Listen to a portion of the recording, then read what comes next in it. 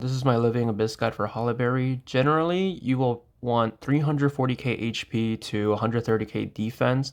That's about the minimum requirement if you want to safely clear every time.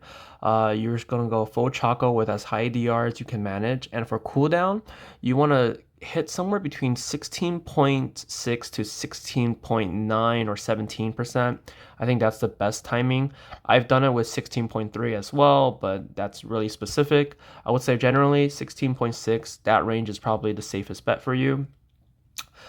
And then for Werewolf, notice how I have very low damage resist. That's because my attack speed is over 10. If your attack speed is not over 10 and you're not, super ascended and just, your account's not well built, then obviously you might want to up the DR to 15, 20%, whatever makes you live. But generally, you want to aim for high attack speed and high cooldown, minimum 8%, but ideally high attack speed while having 9% cooldown. Your Choco and Mac are gonna, sorry, your Cotton and Mac are gonna be the exact same toppings, 24.3 cooldown ideally with really high attack and crit subs. Unfortunately, my guildmates steal all my luck, so I don't have that, but generally you want something like this. And then lastly, for Squid, you can go full Rasp or Jelly, but the main key point here is you want to run 0 to 1% cooldown while having Squid live. So whatever DR you need for Squid to live while maintaining high attack speed, so Squid gets the roll buff and attack and crit subs. And as far as the run goes, there's 2 points of the run that is very important. One, at the first swallow, you have to make sure Hollyberry gets her cast off before the first swallow.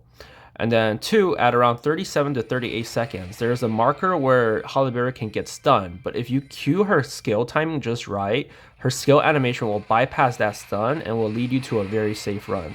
So right here, this is the first swallow. You want to make sure you cast Mac and Hollyberry at the same time, or at least get Hollyberry's skill before the swallow.